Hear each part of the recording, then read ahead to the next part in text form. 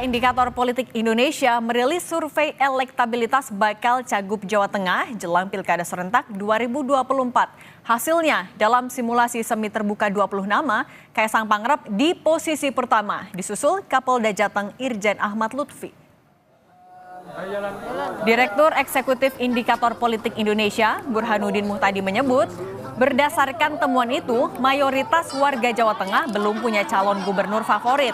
Dia menyebut pemilih sudah yakin dengan pilihannya hanya di bawah 10%. Menurutnya, Provinsi Jawa Tengah masih terbuka untuk siapapun. Survei ini digelar pada 10 hingga 17 Juni 2024 di Provinsi Jawa Tengah. Adapun responden survei yang dilibatkan sebanyak 800 orang dengan kriteria usia 17 tahun ke atas atau sudah menikah.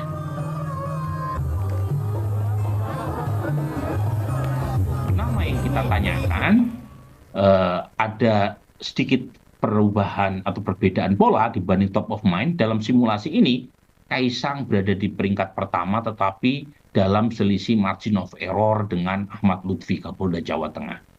Jadi kita tidak tahu sebenarnya siapa yang unggul, apakah Kaisang ataukah